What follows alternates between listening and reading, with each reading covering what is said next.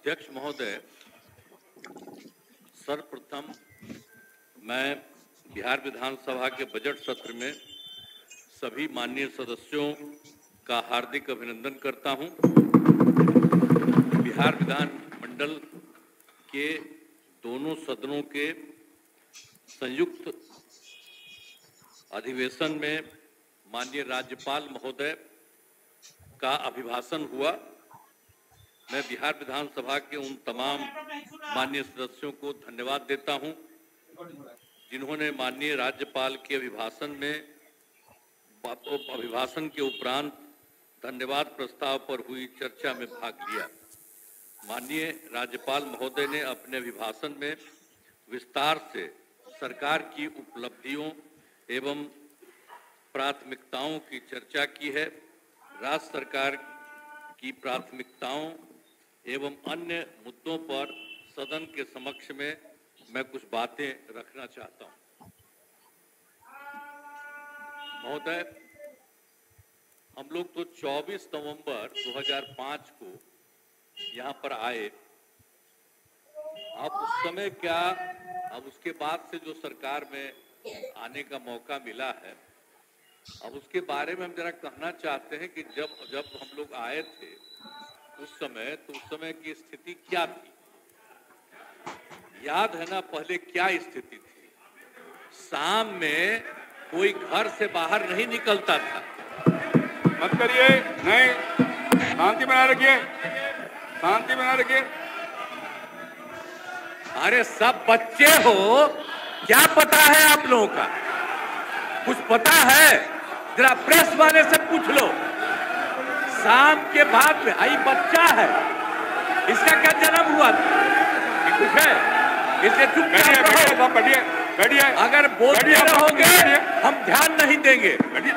आप सुनते हो, शाम के समय जब तक था 25 तक, तब तक शाम के बाद कोई घर से नहीं निकलता था।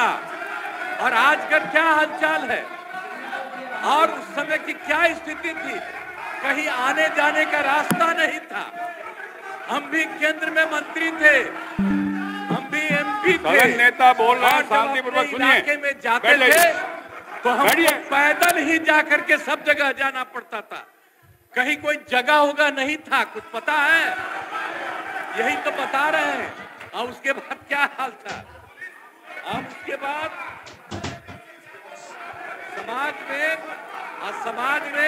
समाज में कितना विवाद होता था। समाज में कितना विवाद होता था उस समय, बुरा हाल था। और हिंदू मुस्लिम का झगड़ा कितना होता था। वोट लोग लेते थे, लेकिन हिंदू मुस्लिम का झगड़ा कितना होता था। और मुसलमानों को कुछ होता था तो उसको बचाने का कोई उपाय करते थे। ये जब हम आए उसी समय की स्थिति आपको हम बता देते। और उसके बाद हम लोगों ने सब काम किया, हम आगे बता देंगे। अब पढ़ाई का क्या हाल था? पढ़ाई में कम लोग ही पढ़ते थे। यह हालत था जब हम लोग आए। उस समय के पहले की जो स्थिति थी, अपने इलाज का पूरा इंतजाम नहीं था। कोई इलाज भी करवाते थे तो उसका कोई इंतजाम था, उस समय तक का कोई इंतजाम नहीं था। और सड़कें भी बहुत कम थी। उनका माननीय शासकगण, ये डायरेक्ट टेलीकास्ट हो रहा है। आपके नेता ने ये लकीर खींचने की कोशिश की है। आप उस लकीर को क्यों छोटा करना चाहते हैं? क्यों दिखाना चाहते हैं कि आप फोड़ करने वाले लोग हैं? क्यों करना चाहते हैं? शांति से बैठिए, नहीं बैठिए। इससे आपकी पहचान बनने वाली है। अपनी पहचान क्यों खराब करना चाहते हैं? बैठ जाइए, सुनिए। आप बिजली की भी क्या स्थिति थी उस समय? बिजली की भी स्थिति बहुत खराब थी। अब उसके बाद जब हम लोग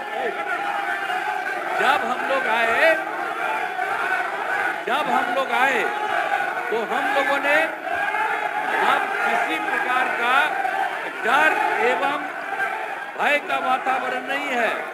राज्य में प्रेम, भाईचारा और शांति का माहौल है। हम सबसे पहले जो हिंदू मुस्लिम झगड़ा था उसके बारे में हम कह देते हैं। वो सबका जो कुछ भी था, जो कब्रिस्तानों की घेराबंदी थी, अब वो कब्रिस्तान की घेराबंदी हिंदू और मुस्लिम के इलाके में बना हुआ था। उस सबको बड़ा मुश्किल होता था और कोई नहीं बचाता था, वोट लेते रहता था, लेकिन मुसलमानों का नहीं। लेकिन हम लोग आए और आते ही 2000, सुनो न यार, कुछ नहीं जाता है। अरे कुछ है, तुम्हारे जो सबसे बड़े, तुम्हारे आपके जो सबसे बड़े नेता थे, उनका हमसे क्या रिश्ता था, कुछ पता है? ऐसे ही बोल रहे, इन लोगों के साथ हो गए हो, बेकार का काम कर लिए हो, अब उसको छोड़ दो। हम अब यही कहना चाहते हैं कि पहले जो हिंदू मुस्लिम का झगड़ा था, हमने सबको, और हिंदू मुस्लिम का, और जो हम बता रहे थे उसका जो जगह था और उसमें दिक्कत होती थी, हम लोगों ने 2006 में ही उससे बात किया कि आपकी ये जगह कितनी है। उन लोगों ने लगभग हम लोगों को हमको बताया था 8000 से थोड़ा ज्यादा कब्रिस्तान की घेराबंदी, और उसका हम लोगों ने पूरा का पूरा घेरा करवा दिया। और अब उसी समय से हिंदू मुस्लिम का कोई झगड़ा नहीं हुआ। और ये लोग झगड़ा करते थे और ये लोग कोई बात करते थे। अरे भाई, हम तो एमएलए थे, होकर के एमपी होकर हम चले गए थे, और उस समय भी यहाँ जो था तो वहाँ मुसलमानों के साथ क्या हो गया था। अब वहाँ पर जब हम जा रहे थे, 5 में घूम रहे थे, वहाँ के मुसलमान, हाँ भागलपुर, वहाँ का सब मुस्लिम लोगों ने हमको कहा कि साहब इतना पहले झगड़ा हुआ और ये लोग भी 15 दिन रहे हैं, ये लोग भी कुछ नहीं किए।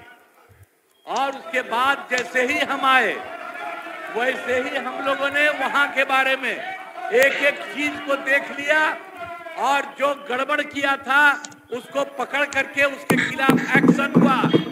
और जितने मुस्लिम परिवार के लोग वहां पर थे, उनको दिक्कत थी, उसको हम लोगों ने पूरा मदद किया। और उसके पहले आपको बता रहे हैं, जो हम लोगों ने 80 से ज्यादा, 8000 से ज्यादा कब्रिस्तान की घेराबंदी की, और उसको कोई झगड़ा नहीं। और उसके बाद भी उन लोगों से हमने पूछा कि आपका जो इस प्रकार का था, आपने बताया, हमने कर दिया, आप कुछ और बताइए। तो उन लोगों ने 1227 के बारे में बाद में बताया। तो अब उसमें भी हम लोगों ने 748, 746 तो कर दिया है, अब बाकी हो रहा है। अब इसी साल लगता भी बाकी काम पूरा हो जाएगा। तो इसीलिए एक एक तरह से कुछ नहीं हुआ। अब कहीं किसी प्रकार से आप समझ लीजिए कि कोई झगड़ा झंझट नहीं होता। और हमने तो एक बार और किया था, हिंदुओं का भी जो हमने मुसलमानों का ठीक किया, और उसके बाद हमने पता किया कि जो हिंदुओं का भी हिंदू मंदिर है, और उसका भी कुछ न कुछ रात में घेराबंदी करके गड़बड़ करता था। तो इसीलिए हम लोगों ने उसके बारे में पीछ करके 60 साल जितना पुराना था, 60 वर्ष से पुराने हिंदू मंदिरों का भी पूरा घेराबंदी। अब कोई हिंदू वाले में भी झंझट नहीं, अब मुस्लिम का भी जो कर रहे थे झंझट, वो भी खत्म, और किसी प्रकार से कोई काम नहीं। तो एक एक तरह से हम लोगों ने काम किया। और पुलिस बल की संख्या लगातार बढ़ाई गई है हर तरह से।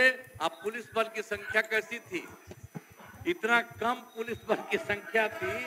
जब हम लोग आए थे तो पुलिस में 42,851 मात्र था, और हम लोगों ने इसके लिए तुरंत करके कहा कि इतना कम पुलिस में क्यों बहाली हो रही है। हम लोगों ने उसकी बहाली की और उसको 1,10,000 कर दिया। अब 1,10,000 कर दिया इसके बाद हम लोगों ने सदन नेता बोल रहे हैं और हम ही उनके बीच जा रहे थे लास्ट ईयर ही। हमने कहा कि भाई अब इतना है, इसके चक्कर में मत रहो, हम और ज्यादा करना चाहते हैं। नेता बोल रहे और हैं, उनसे सदन नेता बोल रहे हैं ना, बोलने दीजिए। हम लोगों ने 2,27,873 करने का हम लोगों ने काम कर दिया है और अब लगभग 21,000 और 391 लगभग पूरा हो गया है, वो होने वाला है। और बाकी सबका जैसे हम लोगों ने जितना करा दिया है पुलिस बल का, उसकी भी संख्या काफी हम लोग कर रहे हैं। अब उसके अलावे शुरू से ही जो हम लोगों ने काम किया, एक बात तो आपको हमने बता दिया, लेकिन जब हम लोगों ने जब काम शुरू कर दिया तो उसके बाद हम लोगों ने आने जाने के लिए घेराबंदी। अब जरा सा पटना का देखिए तो यहाँ पर भी शाम के बाद कोई घर से बाहर नहीं निकलता था। आज जरा देख लीजिए कैसा घर एक एक जगह हम लोग बनाए और कितना बढ़िया है। और अब आप जानते हैं, अब आज रात में लड़का हो, लड़की हो, महिला हो, स्त्री हो, कोई जात हो, 10 बजे 11 बजे तक रात में सब घूमती है। यही हाल है। तो इस सब चीज को देखना चाहिए कि क्या स्थिति हुई। इसीलिए और हम लोगों ने जो शुरू किया वो शुरू किया, सबसे पहले जो काम तो किया ही, लेकिन उसके अलावे जो हम लोगों ने किया शिक्षा के क्षेत्र में और स्वास्थ्य के क्षेत्र में हम लोगों ने पूरा का पूरा काम किया। हम लोगों ने लड़के लड़कियों के लिए पोशाक योजना शुरू की गई। अब आप जानते हैं, तो जो भी हो, सदन नेता बोल रहे हैं, अच्छी परंपरा नहीं कायम कर रहे हैं आप। सभी बोलने दीजिए। उनके लिए काम हम लोगों ने किया। आपको अवसर मिलेगा, विरोध में बोलिएगा जब अवसर मिलेगा तो।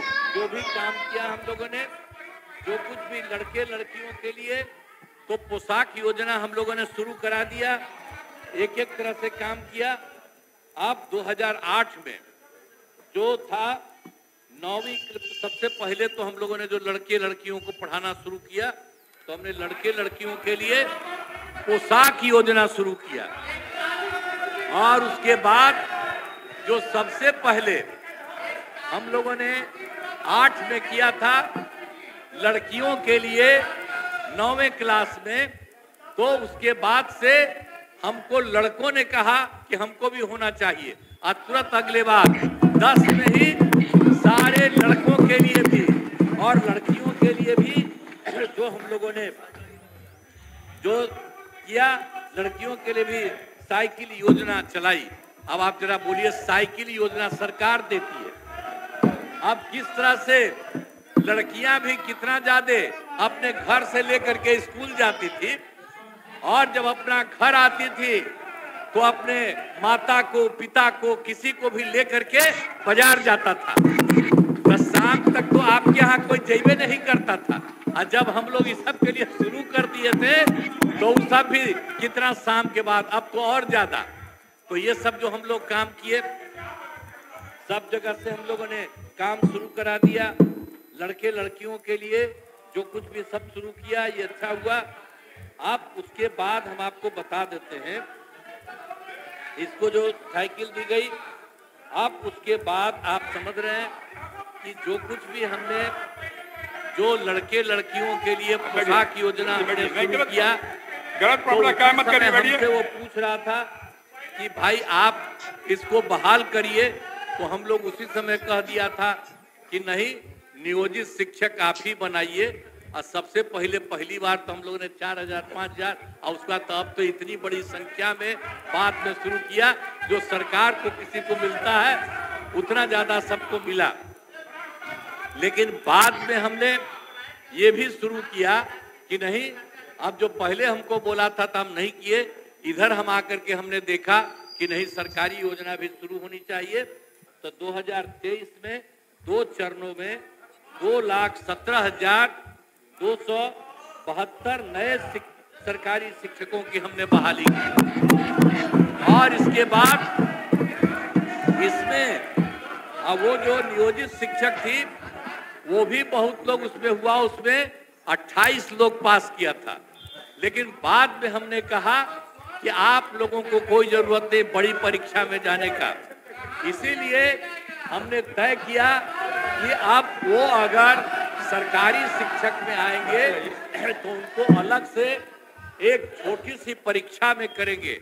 और आप जानते हैं हमने 5 राउंड तय किया, तब 2 राउंड में आप समझ लीजिए कि कुल मिलाकर के 2,53,961 नियोजित शिक्षक। अरे अभी मेरे साथ थे तो कहाँ कोई बात था? आप लोगों का कोई काम था? जो काम था मेरा था कि आपका काम था?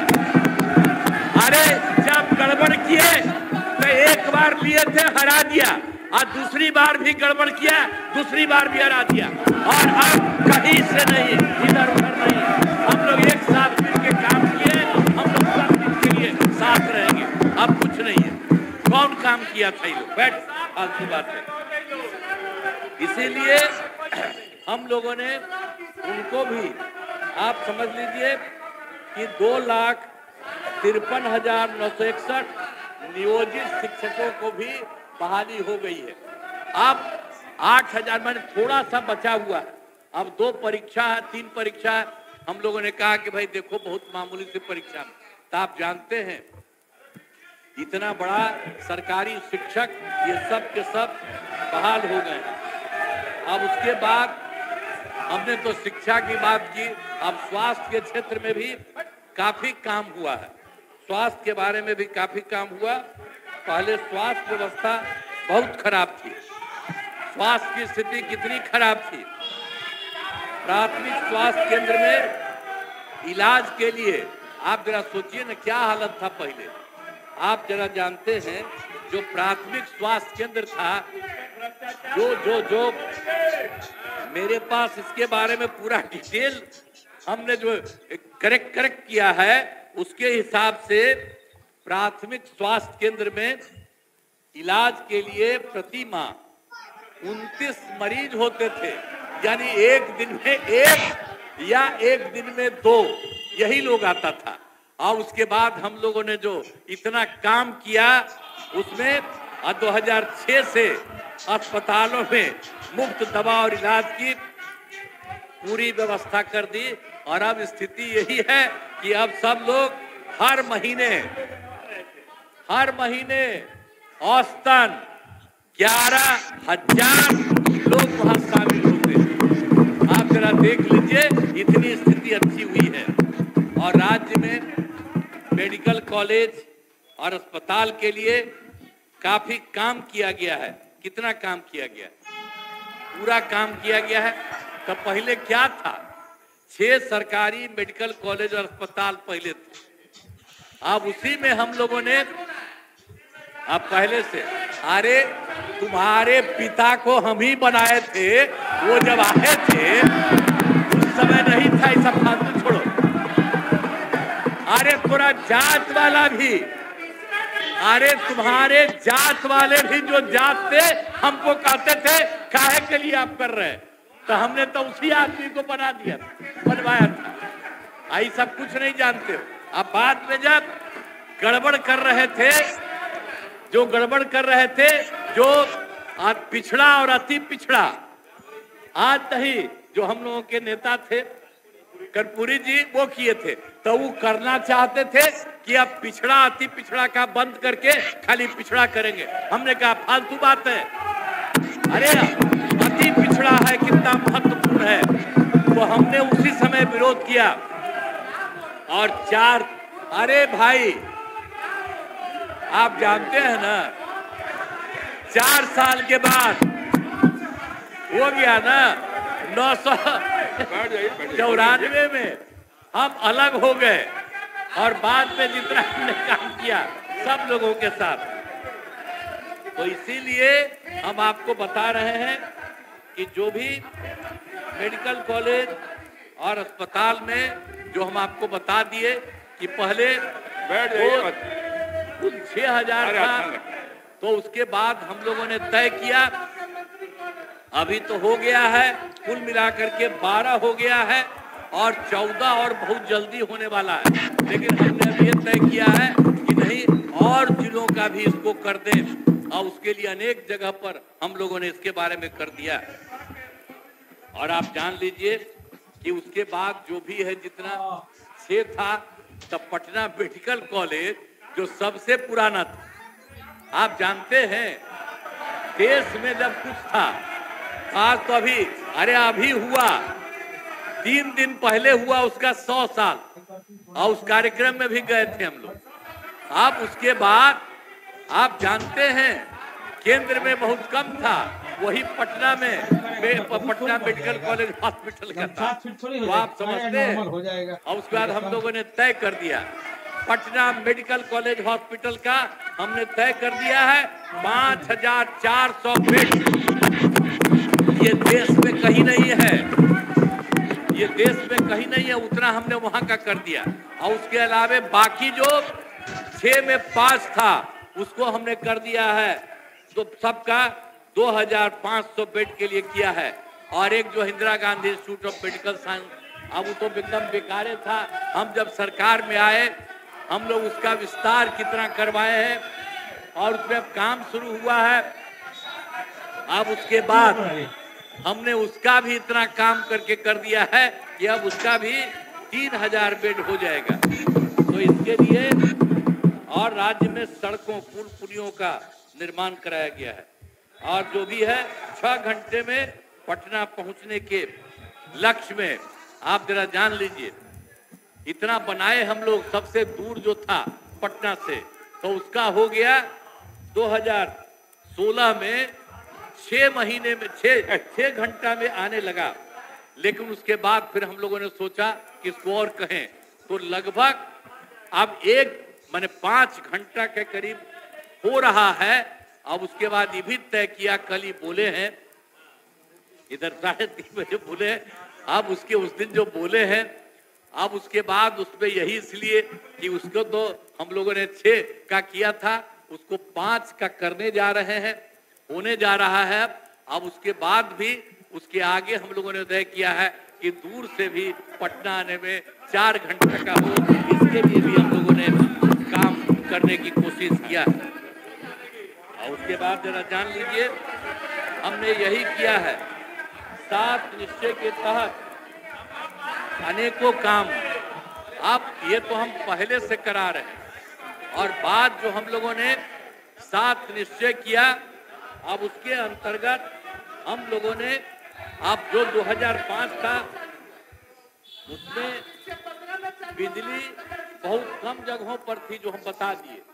2005 में बिजली बहुत कम जगह पर थी, और पटना तक में 8 घंटा से ज्यादा बिजली नहीं रहती थी, और जगहों का हाल और भी खराब था। तो हम लोगों ने, और घरों में पीने का पानी की भी व्यवस्था नहीं थी, और घरों में शौचालय न के बराबर था, लोगों को शौच के लिए काफी दूर जाना पड़ता था। तो उसके बाद हम लोगों ने तय किया 7 निश्चय के तहत हर घर बिजली, हर घर नल का जल, हर घर शौचालय, और टोलों में पक्की सड़कों का हम लोगों ने निर्माण किया। 2020 में ये काम पूरा हो गया। अब इसके बाद कहीं कहीं देखा गया कि किसी सबके घर का हम लोग कर दिए, तो कोई नया घर बनाया है उसके लिए भी कर रहे हैं, और मान लीजिए किसी का घर टूट गया तो उसके लिए भी उसको ठीक करने के बाद उसको भी करवा रहे हैं हम लोग, एक एक तरह से काम, ताकि हर घर बिजली। अब आप सोच लीजिए, हर घर बिजली, हर घर नल का जल, हर घर शौचालय। आप जरा सोचिए ना कि लोग कहाँ जाता था, घर में कहीं उसको करने का नहीं, बाहर जाता था दूसरे जगह, अब बाहर जाता था, अब पखाना करता था, उसमें कई तरह से प्रॉब्लम होता था। इसीलिए हमने ये सब काम कराया, और आज कितनी सुविधा सबकी हो रही है। तो इसलिए हर घर में हम लोगों ने बनाया, तो एक एक तरह से सब काम किया, घर बन गए हैं। और उसके बाद हम लोगों ने 2020 में 7 निश्चय 2, अब उसमें तो 7 निश्चय में वो काम किया। अब 2020 में जो 7 निश्चय 2 का काम किया है,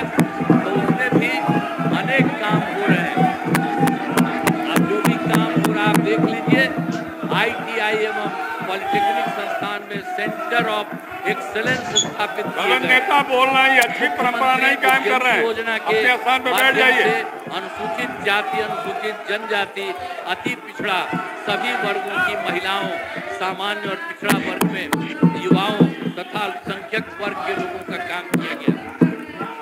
और उच्चतर शिक्षा हेतु महिलाओं को प्रोत्साहित करने के लिए इंटर पास करने पर आप जानते हैं कि इंटर कोई पास करता है, +2 पास करता है, उसको हम लोग देते हैं महिला को 25,000, और कोई मैट्रिक पास करता है +2 तो उसको हम देते हैं 50,000 रुपया। ये सब काम हम लोग किए हैं। इसके अलावा हर खेत तक सिंचाई, ग्रामीण जल क्षेत्रों में सोलर स्ट्रीट लाइट, शहरों को स्वच्छ एवं विकसित बनाने हेतु नागरिक सुविधाओं का कार्य, ग्रामीण पथों का निर्माण, शहरों के नजदीक बाईपास का निर्माण एवं टेली मेडिसिन तथा बाल हृदय योजनाओं पर तेजी से काम कराया गया। अब इसके बाद आप जान लीजिए, अभी भागिए रहे हैं, इतना भाग गए इसीलिए कि लोग को कोई समझ में आ रहा है। पहले कितना बुरा हाल था, अब जब कर रहे हैं, बता रहे हैं तो ऐसे ही कर रहा है। तब इसके बाद अगला चुनाव होगा तो इस सबको कुछ नहीं मिलेगा। आप समझ रहे हैं, हम लोग सब काम इतना बढ़िया से कर रहे हैं कि जनता खुद सोचेगी कि आखिर कौन काम करने वाला। इसलिए जरा सोच लीजिए, और हम लोग जो साथ हैं एक ही साथ रहेंगे। आप एक बार और हम कहना चाहते हैं, कृषि रोड मैप के माध्यम से कृषि का विकास, जो कृषि रोड मैप भी हम लोगों ने 2008 में किया, तो उसके चलते हम लोगों ने प्रथम कृषि रोड मैप तो किया 2008 से 12 तक, और दूसरा किया 12 से 17 तक, और तीसरा तो किया 7 से 22 तक, 1 महीना और एक्स्ट्रा किया। फिर हम लोगों ने 23 से चौथा किया, और उसमें बहुत सारी चीजों का निर्माण किया है। सब तरह से सारा काम हुआ है। 2006 में अब आप जानते ही हैं कि जो हम लोगों ने क्या किया, तो पंचायती राज था उसके में भी, और 2007 में नगर निकायों में हम लोगों ने 50% महिलाओं को किया। आप सोच लीजिए कितना बड़ा हुआ। और अब तो इतनी महिलाएं और बढ़ गई हैं कि अब तो एक तो हम कर रहे थे 2006 में उसका जो हुआ था पंचायती राज का, और 7 में नगर निकाय का, तब तो उसके बाद चौथा चुनाव भी हो गया, 4 चुनाव भी हो चुका है। अब कितनी बड़ी संख्या में महिलाएं सब तरह से काम कर रही हैं। और उसके बाद आप जान लीजिए, हमने 2013 में ही जो पुलिस में महिलाएं थी उनको हमने 35% का आरक्षण दिया। और आप जानते हैं 13 में भी हमने ये काम किया, उसके चलते इतना ज्यादा वो महिलाओं को वृद्धि हुई, उसमें महिलाओं को दिया हमने। तो अब आपको बता रहे हैं कि उसमें हम लोगों ने जो दिया, तो उसमें पुलिस में जितनी महिलाएं हो गई हैं वो राज्य में, देश में दूसरे राज्य में कहीं नहीं है जितना यहाँ महिलाओं की संख्या हो गई। और 2016 में हम लोगों ने ये तय किया, महिलाओं को सरकारी नौकरी में 35% का आरक्षण दिया है, सब कुछ किया। तो उसी तरह से एक बात और आपको कहना चाहते हैं कि पहले, ये तो हम पहले वाला बात आपको करा दिए जो हम लोगों ने 6 में किया, 7 में किया।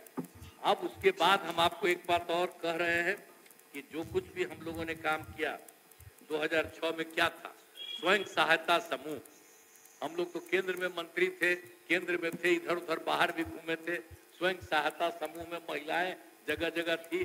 जब हम यहाँ पर 5 में आए तो यही सोचे कि यहाँ पर होगा, तो जब हम देखने के लिए गए पता चला एक जगह की कुछ है, वहां देखे कि बहुत कम और कहीं नहीं था। तो हम लोगों ने क्या किया, 2006 में विश्व बैंक से कर्ज लेकर के हम लोगों ने स्वयं सहायता समूह का गठन किया। और जब स्वयं सहायता समूह का वृद्धि होने लगा तो हमने उसका नाम जीविका दिया, और उसको हम जीविका दीदी भी कहते। और आप समझ लिए कि कितनी बड़ी संख्या में हो गई। और जब हम वो काम कर रहे थे तो केंद्र से भी एक मंत्री आए, हमसे तो सरकार केंद्र के खिलाफ था, लेकिन आ गए देखने के लिए। और देखा उन्होंने कि बहुत काम हो रहा है, तो फिर हमसे पूछ रहे थे क्या हुआ, तो हमने कहा हमने तो इन लोगों को कह दिया है जीविका और जीविका दीदी हम कहे हुए हैं, तो उनको ठीक लगा। तो पूरे देश में होता है स्वयं सहायता समूह का, हर जिले का, उसमें उसका नाम दे दिया आजीविका, हमने किया था जीविका। तो इतना बड़ी संख्या में, और क्या हुआ आप जानते हैं कि कुल मिलाकर के स्वयं सहायता समूह में तो 10,53,000 हो गया, माने 63,000, और उसमें जीविका दीदियों की संख्या 1,31,00,000। और अभी जानते हैं शहरी क्षेत्र में भी नहीं था, तो अभी तो इस बार हम लोगों ने तय कर दिया है कि शहरी क्षेत्र में भी स्वयं सहायता समूह होंगी और जीविका ही होंगी, तो उसका भी काम शुरू हो गया। अब शहरी क्षेत्र में भी 3,60,000 जीविका दीदियां हैं, अब बड़ा तेजी से हम लोग काम करा रहे हैं, उनकी भी संख्या शहरी क्षेत्र में हो रही है। और युवाओं को सरकारी नौकरी एवं रोजगार उपलब्ध कराया जा रहा है। और इसमें आप समझ लीजिए 2020 तक तो 8 लाख था, उसके बाद हम लोगों ने सोचा, इसी के बारे में सोच लिया था 2020 में कि हम लोग उसके लिए नौकरी के लिए 10 लाख नौकरी करेंगे और 10 लाख रोजगार, तो यही शुरू किया।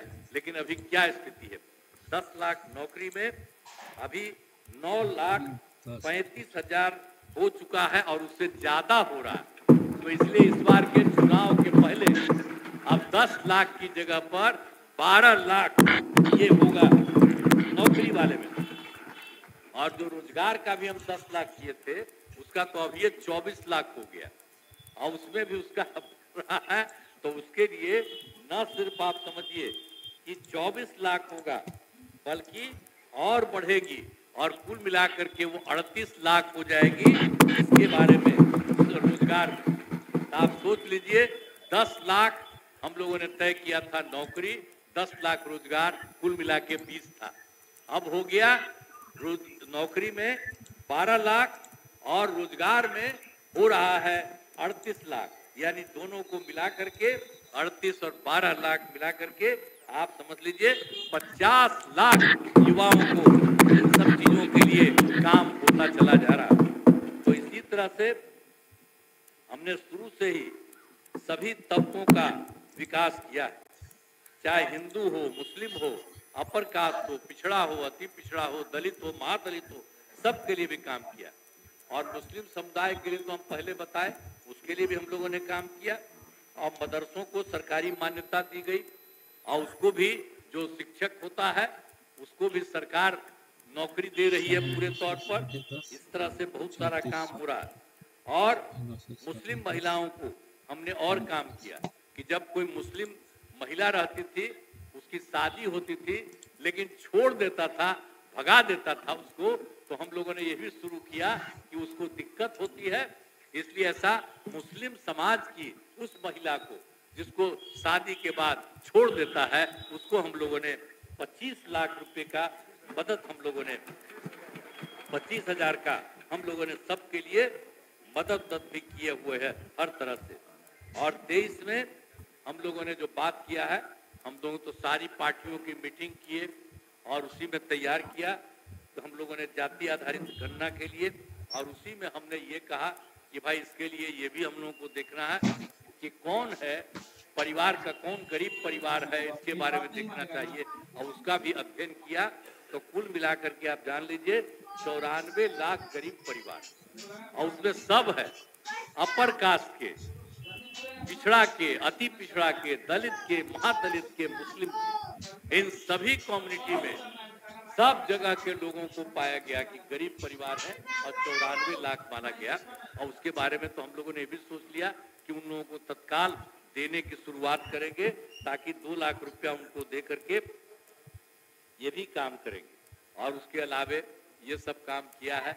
अब प्रगति यात्रा तो है, तो आप जानते ही न है कि हम लोग तो गए प्रगति यात्रा में 23 दिसंबर 2024 से शुरू किए, और उसके बाद हमने 21 फरवरी तक किया। तो जितना भी राज्य के 38 जिले हैं, सब की प्रगति यात्रा की है। सबसे पहले तो हम लोग दिसंबर 24 में 4 जिलों का किया, और उसके बाद जो हम लोगों ने यात्रा की गई।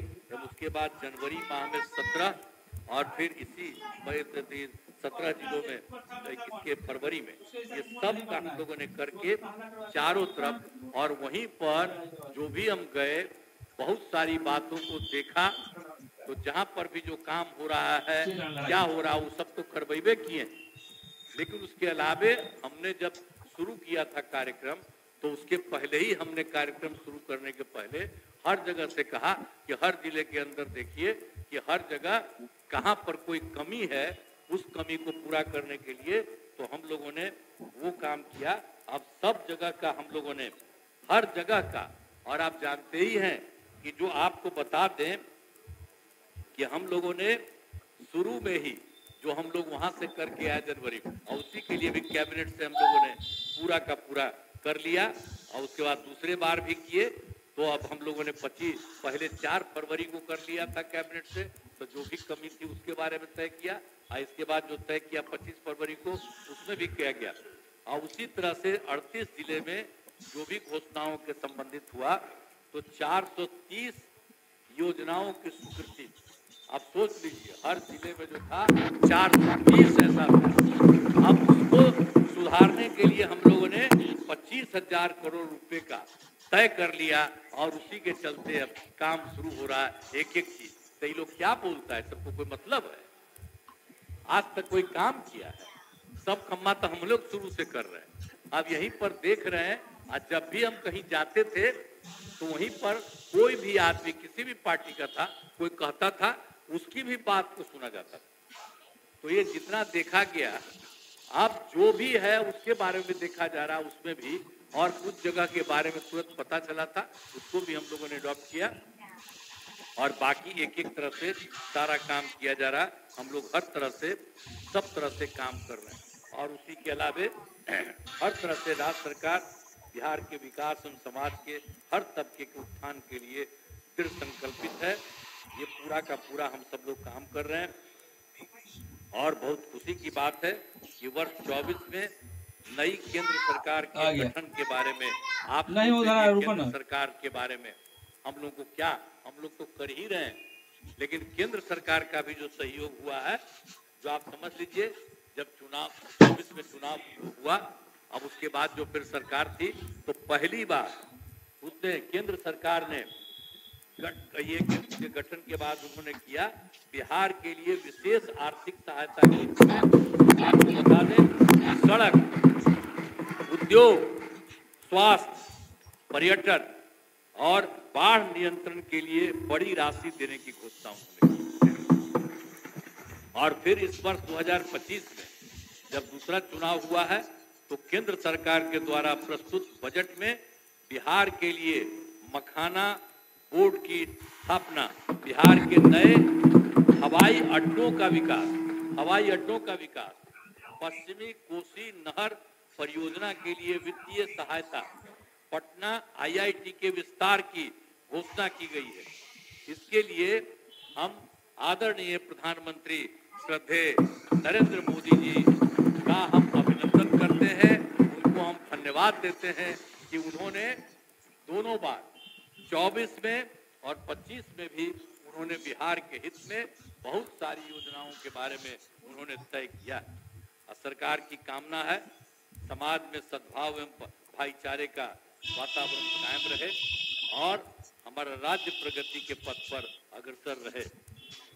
अब इसके अलावे आप जानते हैं, महामहिम राज्यपाल महोदय ने राज्य सरकार की उपलब्धियों के बारे में सभी बातें कही हैं। मैं आदरणीय राज्यपाल महोदय को उनके अभिभाषण के लिए नमन करता हूं और इन्हीं शब्दों के साथ पुनः मैं आप सबको धन्यवाद देता हूं। यही भाग गया है, तब भी हम धन्यवाद देते हैं। भाग गया है, कोई बात नहीं, हमको इससे मतलब नहीं है कि आखिर उसी समय अंडरवर्ल्ड बोल रहा था, गवर्नर साहब बोल रहे थे तो उसी समय अंडरवर्ल्ड बोल रहा था, तो कोई बात नहीं, आप नहीं सुनना चाहते। अरे हम तो गवर्नर साहब की ना बात कर रहे थे, वो एक बार खिला खत्म होने तक खराब हो जाएगा। तो इसी तरह से आपको सबको उनके लिए मैं राज्य सरकार की उपलब्धियों के बारे में सभी बातें कही हैं। मैं आदरणीय राज्यपाल महोदय को उनके अभिभाषण के लिए नमन करता हूं। इन्हीं शब्दों के साथ पुनः आप सबों को मैं धन्यवाद देता हूं और मैं अनुरोध करता हूं कि महामहिम राज्यपाल महोदय के अभिभाषण के लिए उनके प्रति कृतज्ञता का प्रस्ताव सदन सर्वसम्मति से पारित करे। हम तो यही कहेंगे, वो एक साथ दोनों पार्टियों का किए और उसी के बारे में उन्होंने इतना अच्छा बात किया। हम ही सरकार की तरफ से दिया जाता, हमने ही सारा बात लिख करके उनको दे दिया और उसके बाद उन्होंने एक एक बात कही, कितनी अच्छी बात की कि बिहार में जितना काम हो रहा हुआ है। तो अब तो हम आपसे ये अनुरोध करेंगे कि आप उनके लिए महामहिम राज्यपाल महोदय के अभिभाषण के लिए उनके प्रति कृतज्ञता का प्रस्ताव सदन सर्वसम्मति से पारित करें। इन्हीं शब्दों के साथ मैं धन्यवाद करता हूँ। बहुत बहुत धन्यवाद। अब सरकार का उत्तर समाप्त हुआ।